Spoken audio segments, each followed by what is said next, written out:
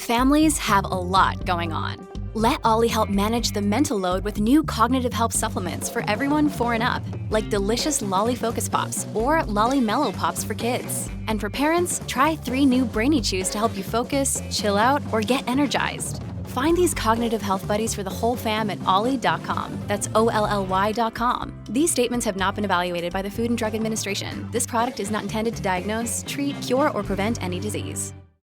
Some of the happiest retirees are those that either have their house paid off or nearly paid off. But imagine if you were in your 30s and you did that, or your 40s, or your 50s. It makes retirement that much easier.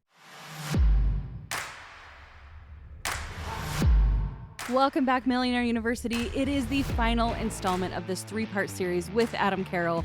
He has been talking to us about money and our kids and how we can start having conversations about finances with our kids to help them plan and use money more effectively and to see it as a real thing. And then we've talked all about the energetics of money and the psychology of money, which was a really, really powerful episode. And if you have missed either of those two, I encourage you to hit pause, go back, listen to those, get all caught up, because these episodes are building upon one another, which brings us to today, where we are going to get into some of the nitty-gritty when it comes to paying off debt, understanding how to use money as a tool, and how to even use some of the bank systems to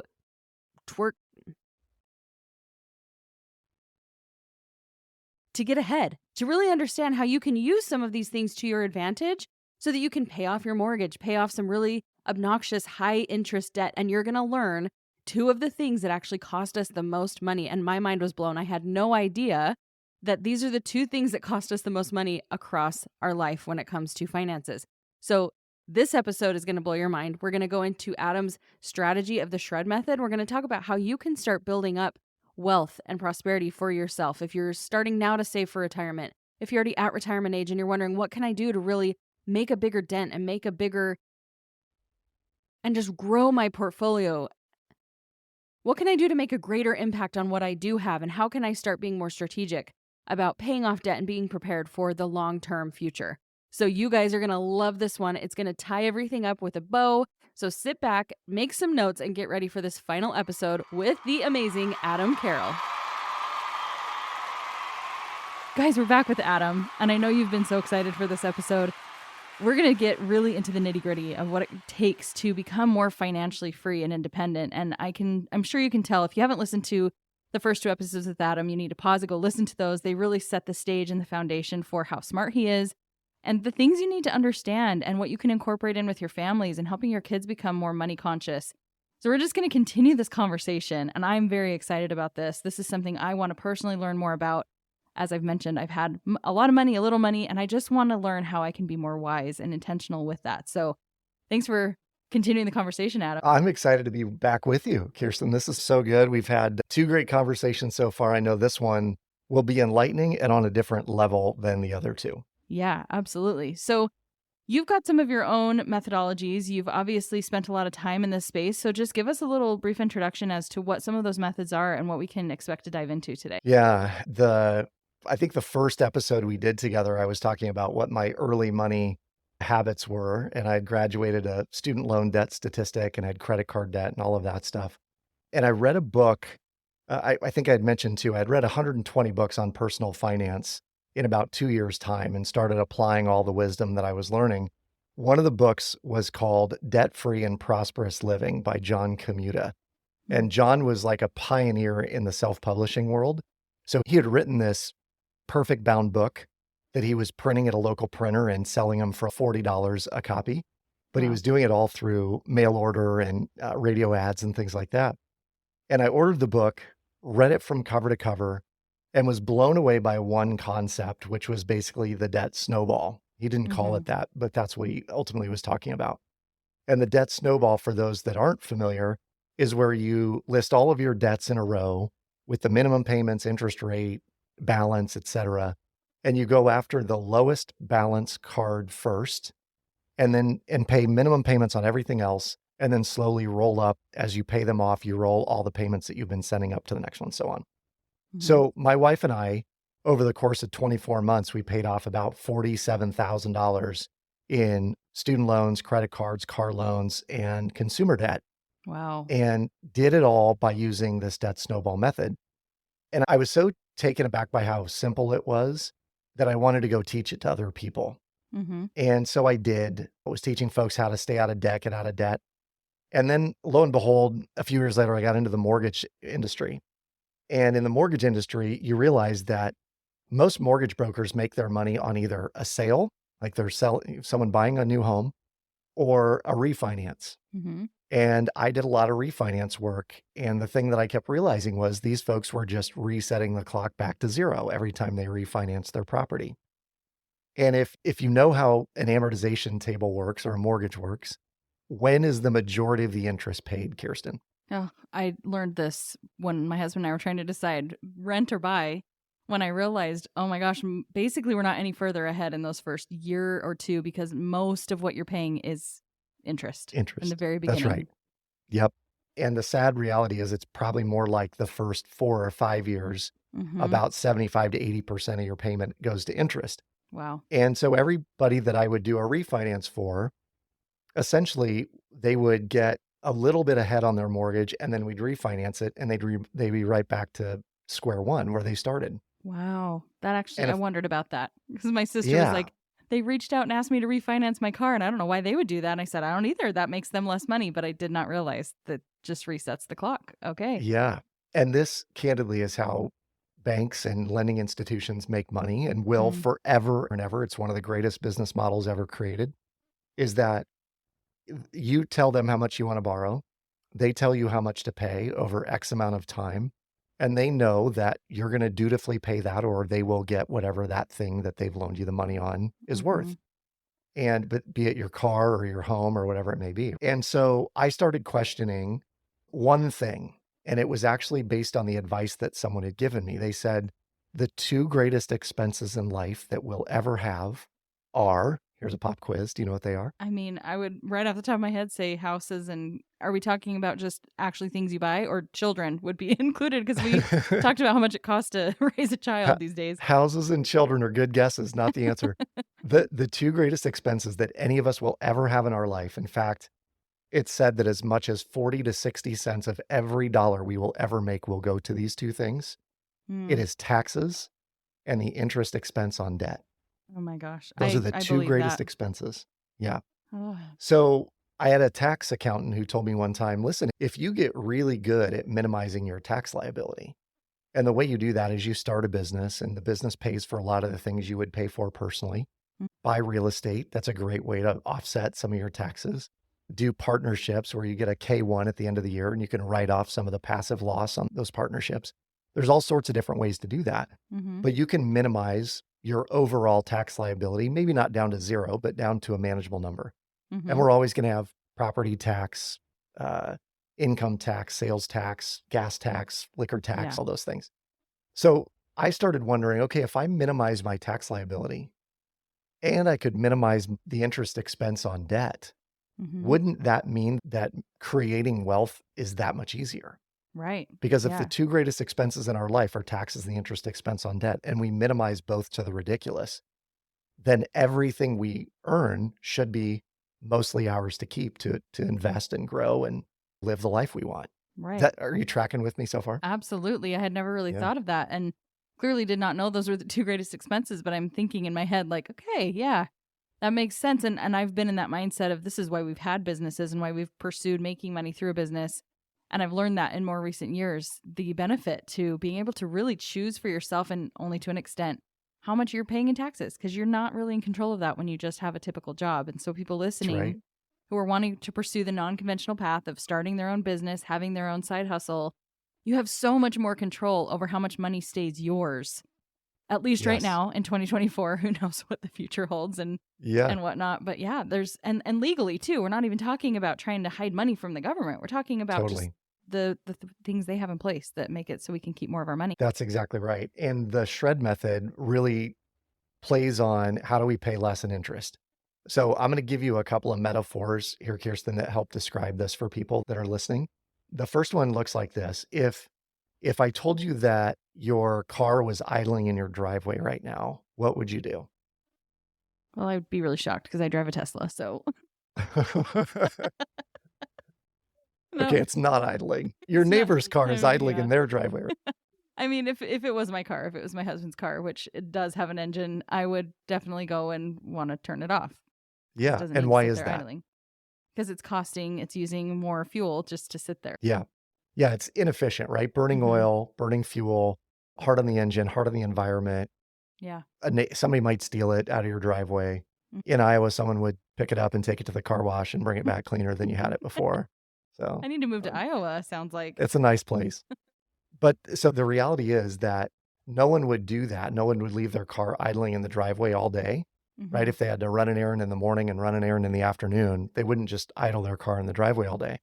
Yet many of us will leave money idling in an account for Hmm. days or weeks or months on end. And it's one of the most inefficient things we could possibly do. Hmm. So if you imagine the average consumer, they get paid, money goes into their checking account. The checking account stays relatively thick for a period of time. And then with every swipe of the ATM card or debit card, every time we do an automatic bill pay, it just slowly starts to go down, dwindle, until we get to a point where, oh, thank God, payday's Friday. And then we get another big boost and we feel good again. Well, our mentality, the methodology behind Shred is that the money that sits there in an account is hugely inefficient because it could be put to work for you, not Mhm. just sitting in that account. It could be put to work against something that is generating really significant interest expense every month. Yeah. And that would be your car, your home mortgage, could be student loans, could be any of these things. And so if you imagine a mortgage, call it an amortization table or an amortization schedule, it looks like a waterfall, shows Mhm. 30 years of payments. If you set a stop light over the top of that, the first 10 years would be red light thinking. So red light means the majority of your money is going to interest. Mhm. The second 10 years is yellow light, little to principal, little to interest. And the last 10 years are green light. So most people will get to the heavy pay down period of their mortgage in the last 10 years. Mm. However, most people will only stay in their home 5 to 7 years and then they'll sell it and move on to the next place. Mm. So if all they've ever done is made their minimum payment, then really they're not all that farther ahead.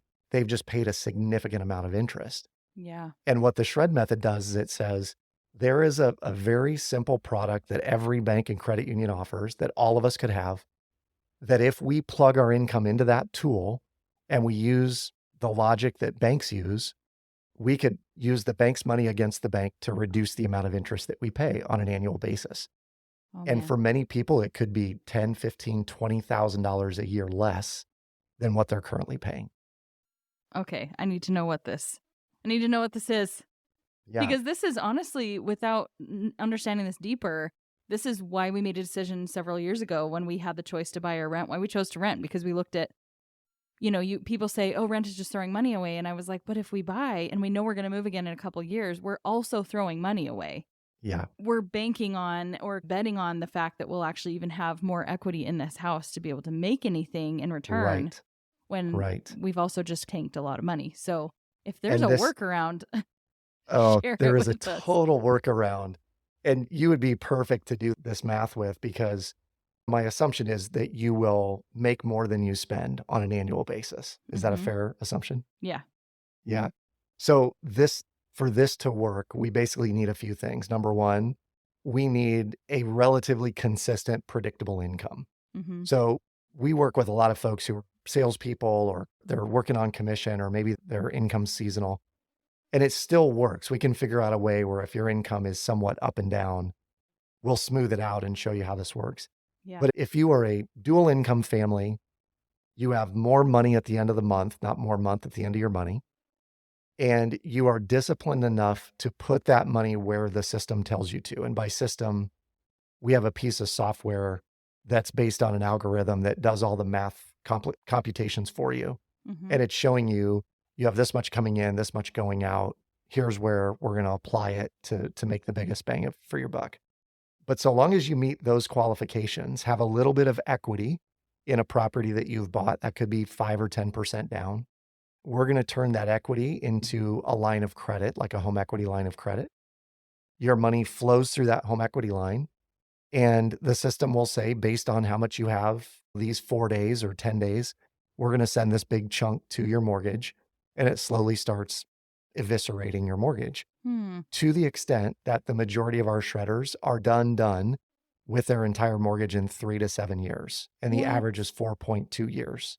You Oh can my be done gosh. with all of the debt. Okay, so let me just make sure I'm understanding this. So Yep. just for the standard person that has a traditional loan, like my mom, Yep. for example, she could take out a HELOC, which is what we're Yep. talking about, right? So you're borrowing against the equity because she bought her house before the huge housing boom, living in a Yep. place where we've had a huge boom. So I think her house would be worth twice what she paid for it at this point. Right. In the last I guess it's 4 years, almost 4 years now, she hasn't really paid down that principal a lot. I threw out a Yeah. guess and I was accurate on how much she still owed. And if you look at the payment, it should be far less. But so Yeah. she could take out a HELOC. She could use what she pulls into that and just pay higher down on the principal of the house. Is that what you're Yep. saying? And That's just being able exactly to right. avoid. Wow. But there's one small caveat in there, which is that you're using the income you already make. You're Mm-hmm. just using it in a very efficient manner. Yeah. Because right now, again, most people, your mom included probably, keep some amount of money sitting on the sidelines Mm-hmm. to A, feel safe and secure. Yeah. B, we've been told by the gurus out there that we need 6 to 12 months worth of living expenses all the time. Mm-hmm. And my stance on that is that it really depends, because personal finance is personal. How do you make money? Is your job or income consistent? Could you go replace your income within 60 days or 90 days? Mm-hmm. And what dramatic thing would have to happen for you to have 12 months worth of living expenses in the bank? Yeah.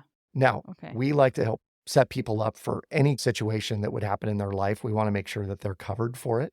Mm-hmm. But the reality is that there is a difference between available money and accessible money. Mm-hmm. So we tend to keep available money sitting on the sidelines in a money market account. Could be Yeah. the average consumer, let's say it's 6 months worth of living expenses. All the while, your mom right now has accessible money in the house in the way of a line of credit.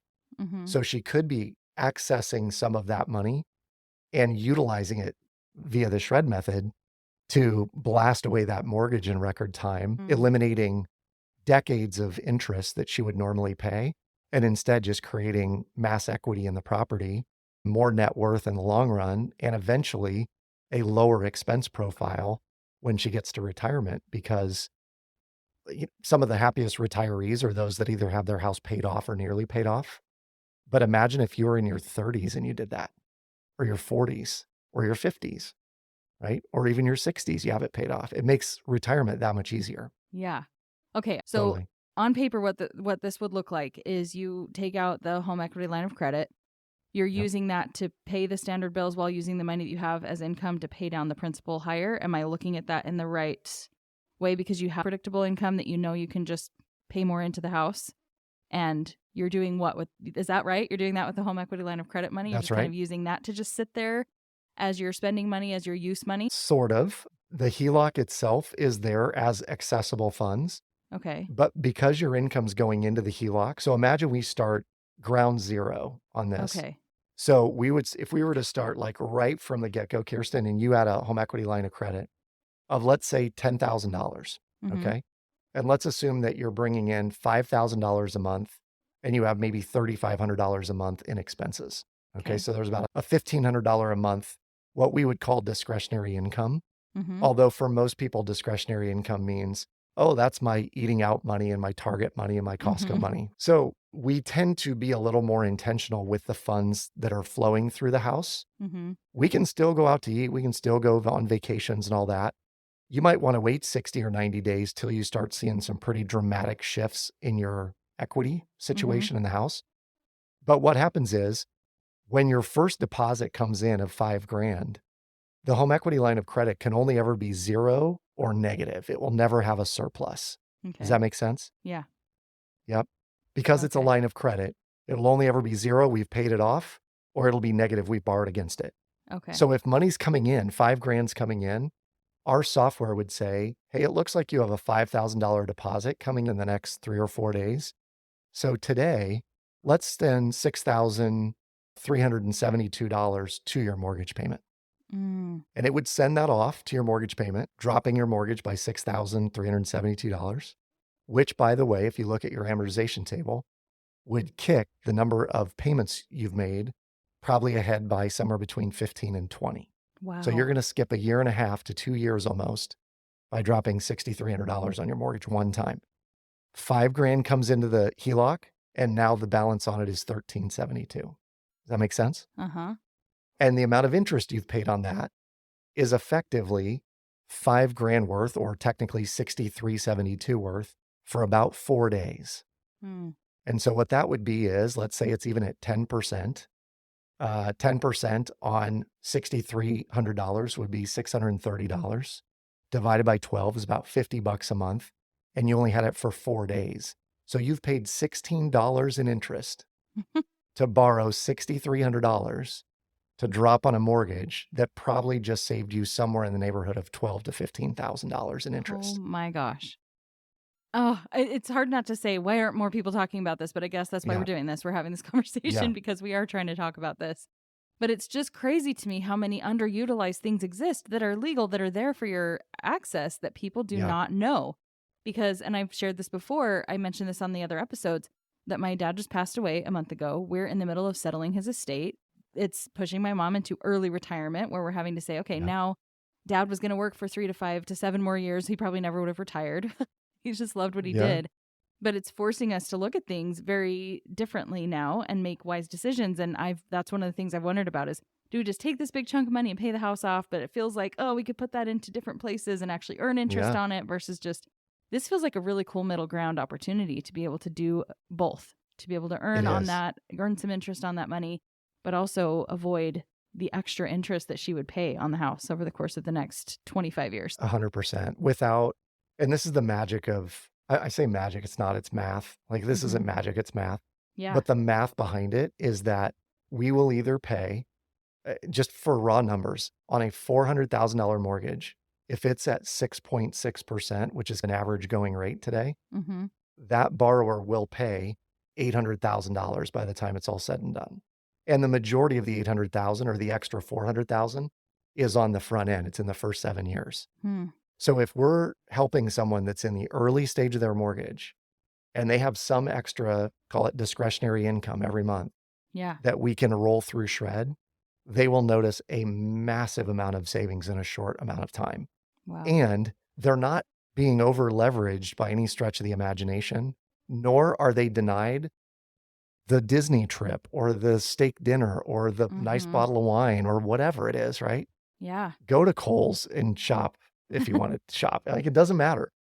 You can't go hog wild, right? I mean, that's part of this, is we got to be measured in it. But the system does a great job of just educating you about when you're going to make the payment, when the next payment is. And for most of our shredders, as we call them, it happens about 2 or 3 times a month. They'll send a lump sum to their mortgage, or to pay off the car, or pay off a student loan. And again, our average shredder is done in 4.2 years. That's amazing and really exciting. So outside of even just this shred method, a lot of people probably listening are at different stages and wanting to plan for retirement. And I love, one of the other things that you talk about is is it FIRE? Yeah, this exists in the world of finance. And I think we were probably early to the FIRE game and didn't realize it. FIRE stands for Financially Independent Retire Early. And the idea is originally started, I think, by a guy named Mr. Money Mustache out of Colorado. And his mustachians, who are all like members of his community, pride themselves on being uber cheap. And so I did not necessarily ascribe to this, because I like going and having a nice dinner. I want to go travel on vacations and stay in some of the nicest places. So we treat FIRE a little bit differently than most. Mr. Money Mustache was all about, if you save 10% of your income for 40 years, you'll be able to retire on that. But what if you save 50% of your income for 10 years? You'd still be able to retire early, just based on that amount of money. Yeah. For us, it was a combination of 2 things. We talked about this before, that the game of money is both an offense game and a defense game. And so when we play offense, we're making more, and we're playing defense, we're limiting our expense profile. Yeah. And we wanted to play both games really well, my wife and I. So I tend to be on the offensive side, which is like, how do we make more money? Whether that's through investments, or I'm doing speaking engagements, writing books, creating media, those kinds of things, building the software platform. My wife plays really good defense. It's like, how do we minimize our expenses? And she's great about tracking and keeping things lower, which is why when we go on vacation, she's like, you book everything because I'll go cheap and you're not going to, right? You're not going to love the Super 8 as much as you're going to love the No, high. I like the Virgin hotels that we stay in. Those are really nice places. But the fact of the matter is that the shred method for us was a version of FIRE, which allows us to create a really low expense profile and know that whenever we're ready to retire, we technically can, because there's more money coming in passively than there are expenses on a monthly basis. And like you said, it has to bring in both, because you're probably able to shred faster with the extra discretionary income, right? So you could still do it, staying with what you have and just maybe cutting back a little bit more on the TJ Maxx budget. Or you can say, spend $500 a month at TJ Maxx. I love redoing the living room every month. So I'm going to go have a side hustle that's going to bring in more discretionary income so that I can do this and create less expense while still building a portfolio. Yeah, it's so like simple when we talk about it. And yet it's so beyond what most people are thinking about. We're so stuck in this like make money, spend money mentality. So many people. I'll give you a great example too, Kirsten. We work with a lot of first responders. And we got into this pocket of firefighters and police officers that they had plenty of overtime, but they'd go work an overtime shift once a week or twice a week. And then they use that to pay for their motorcycle or their camper or their what have you, right? Their doodads. And I got in one of their groups and I was like, hey, y'all, if you do one extra shift a week, I can show you how your house will be paid off in 3.5 years. Wow. And they're all like, dip, what? How does this work exactly? And when we started sharing it with them, it did two things. Number one, it opened their eyes to what is possible. But number two, they were working extra shifts willingly, gladly, because they're going to be retired far earlier when they know that they have no house payment and every extra dollar they're making could be going towards rental properties or other investments or what have you.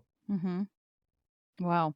Yeah, and then they can take that paid off house and they can buy motorcycles and toys, borrowing against it with a much lower interest rate than a credit card or a standard loan, right?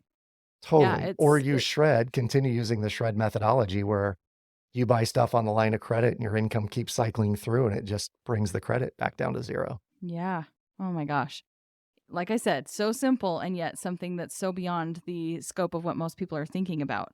So if you are further ahead, I know I mentioned that I wanted to ask you this before. If you're further in where you're maybe already really close to retirement, and maybe some people listening to this are recognizing the things I've done up till now are not going to be enough to retire comfortably because this economy is crazy and it costs so much more to live now. What can they start doing to be a little bit more intentional and prepared and to make their money work for them when maybe they're not at a point where they can make a whole lot more in discretionary income, but how can they take what they have worked for and turn that into something where they can be more comfortable? Yeah, this is a really important question right now because there are a lot of headlines out there that are talking about the unpreparedness for retirement, the level of folks that are out there going, I'm not sure I've saved enough and I'm going to keep working until I'm in my 70s. And just the fact that Social Security now, the top age is 70 and will probably be 75 by the time we're able to receive it. That says something about where most people are from a financial perspective. If you're in your 60s and you're looking ahead towards retirement, and let's just assume that you are sort of woefully unprepared in terms of how much you have in your asset base, there's only so much risk you can tolerate to grow that amount of money before this is way too much risk. So one of the things to potentially think about is how do we reduce the expenses that we're paying on a monthly basis? And that could be either you're blasting away debts like car loans, credit card debt for sure we need to get rid of. And then this is one of those strategies, and I'm going to share this. I don't always share this on podcasts, but we use a recasting strategy for a mortgage that if someone loves the house they're in, they know they want to retire in the next 5 to 7 years, 10 years, but they know that house payment is going to be a stretch by the time they get there. One of the things that we do through Shred is we focus on, let's use the Shred method technology to minimize the principal on the house. And then we simply recast the mortgage. And when you recast the mortgage, it's different than a refinance. Remember, a refinance just resets the clock to zero and all that interest comes back. A recast basically said, if you started with $400,000 on a 30-year fixed mortgage at 4%, and your payment was $2,800 a month, let's say, But you, over the course of the next 3 years or 4 years, you pay it down to 150,000. And it may seem crazy, but with Shred, it's highly likely. Mm-hmm. So we get down to 150,000. Well, a recast says you go to your lender and you say, I owed 400 when I started at 30 years at 4%. I'm at 26 years left. I owe 150 at 4%. What's that payment like?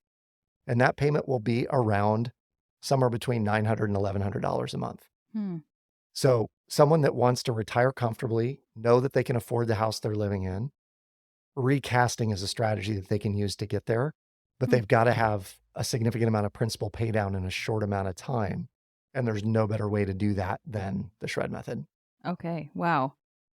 That's amazing. So great. And it's also nice to hear that there are options out there. And I think if you can open your mind a little bit to understand that you do have different directions you can go when it comes to saving, investing, making more, being a little more wise with that's really encouraging, because we tend to think this is how it's always been, this is how it has to be, and we can stay stuck in ruts. So I love hearing your take on things, and that all the things you've experienced and learned throughout your career, your life, is now going to benefit others as they continue to navigate saving in the future and just thinking non-conventionally about what's possible so that we can have more abundance and be more at ease when it comes to our money.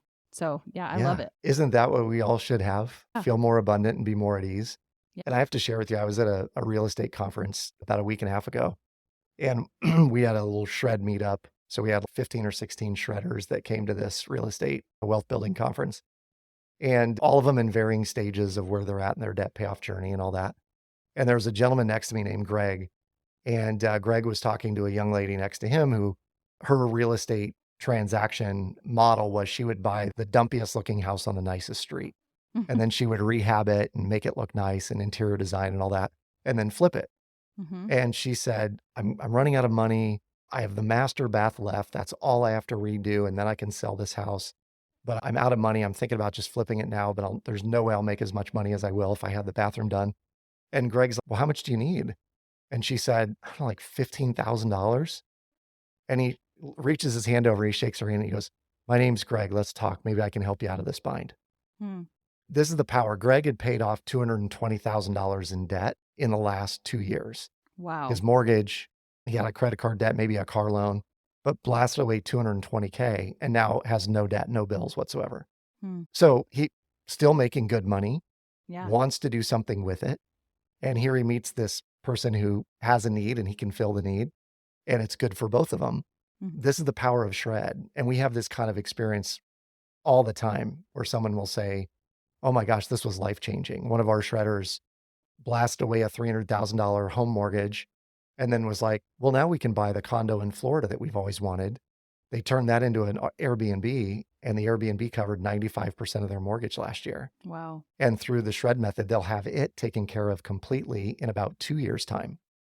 And then they're like, we're going to go do it again. And then we'll do it again and again. So this is the power of doing something that's out of the ordinary. And when you start thinking differently, you realize what is actually possible. Yeah. Okay. And I just want to wrap up that thought a little bit too, with just asking, people are coming into this from all different situations. Some have extra money, some don't. And I've mentioned that a few times. So do you feel like the Shred method works mostly if you have a little bit of extra discretionary income? This isn't something that you're going to dive into if you're already struggling, because it can be really dangerous and easy to get sucked into more debt if you really haven't learned initially that foundation for having extra and saving that extra, or using that without just spending every dime. Aptly said. That is 100% true. If, and I mentioned it before, if you have more month at the end of your money, this is not for you. Yeah. Okay. This is not for you. You cannot solve a spending problem with more debt. Right. So we have to be disciplined. You have to know that you're good about putting away 10 or 20% a month. And I would say at least 10% of what you're making. So even those who are in the, I make $2,000 or $2,500 a month. Well, if you're setting aside $250 of that every month, this will work for you. Okay. It works better. The shredder gets bigger and bigger the more discretionary income you have. There are those little single sheet shredders that you can buy that are battery operated, like one page at a time. Then there are the ones you can put 10 or 15 pages in, and then there's the one you can put a book through. Yeah. That's all dependent on how much discretionary income, and candidly, how much income is cycling through at any given time. So we get physicians and high paid sales professionals. If they're clocking a lot of money through their account, we'll show them how powerful Shred can be. Mm-hmm. Wow. Well, that's fascinating. And all of these have just, like we said, built upon each other. And I feel like I have a much stronger understanding and foundation in financial healthiness and understanding some of the conversations I can continue to have with my kids. And I hope everybody listening feels a little bit wiser. I'm sure that they do after these few episodes that we've had together, Adam. You have brought so much to the table, so much to think about. And I think my biggest takeaway is we talk a lot about how to make more money. And I think one of the benefits when you can start to see what's possible for you when you do put in that time and that effort is it's not just a lifestyle enhancement because now you have more and you can do fun things. It's really you can do more fun things because you have more that you can play around with, and you can start to play this real life game of Monopoly in a different way that the average person is never even going to step up to the table and understand what they can do when they haven't put in the effort to create extra. Totally. Yeah. Totally. On that note, could I add one more comment? Yeah. There's a difference between making it and keeping it and growing it. And people will say, well, it's easier to make it than it is to keep it. And it's easier to keep it than it is to grow it. Making it is relatively simple. That just takes action. Yeah. Like if we go get jobs or we go create value, we can make money. That shouldn't be a problem. Keeping it requires behavior change, right? So people who don't keep enough don't have the right behaviors down. They need to work on their behaviors if they're not keeping enough money. And then growing it is fairly simple. It requires information and knowledge and action. Yeah. Right. So if you have information and knowledge, you can go grow your money. So I would encourage listeners out there, decide where you're at. If it's making it, if this is an offense problem, go make more money. If it's a keeping problem, change your behavior, keep more of the money. And if it's growing, learn, get coaching, sign up for classes, listen to podcasts like Millionaire University, right? Learn from the people who are doing this and then take action on what they're saying to put that stuff into practice. Yeah, 100%. I echo all the things you said. And I'm really grateful that you've come on here and that we were able to do 3 episodes because it's been a tremendous amount of value for myself, for our audience. And I know that we're going to help people make some big changes in their lives. So thank you for the time and effort you've put into growing your knowledge base and all the books you've read and all of that compilation of knowledge that you brought to the podcast today and in previous episodes. And thank you so much for spending some time with me. I know that it is going to bless many lives. And I'm glad that I got to know you, Adam. Yeah, likewise, Kirsten. It's been a pleasure. Thanks for having me on, and thanks for doing what you do. This is incredibly important work. Absolutely. Thanks again. What a powerful ending to this 3-part series with Adam. I have a head swimming with ideas, and ever since this last call that Adam and I were on, I have been doing so much research, looking into what his company does, and expanding my mind about what's possible when it comes to saving, investing, and paying off debt. This really sent me down a really cool path that I've already started to explore, but just gave me some more points of reference. And I think that's what this podcast serves to do, is just open your mind and open so many doors that you didn't even know existed when it comes to understanding what's possible for you and your life and your business. I'm somebody who has made great amounts of money, but I have never really until this year started to grasp what's possible when you use your money as a tool to advance and progress in your life and to make more money.